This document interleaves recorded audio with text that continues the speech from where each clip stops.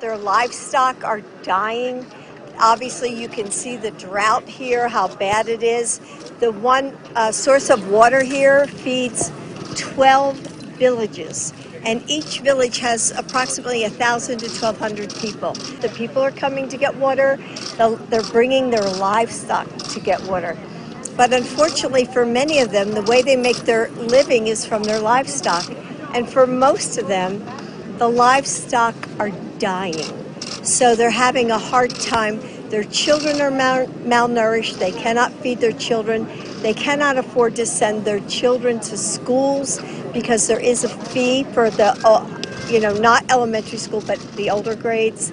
And so you can see, the United States is providing 70% of, the money that's coming into this region.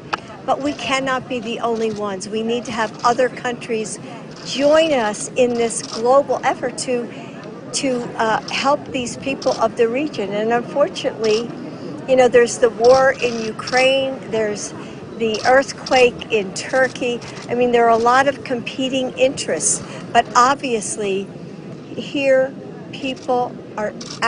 livestock people are starving.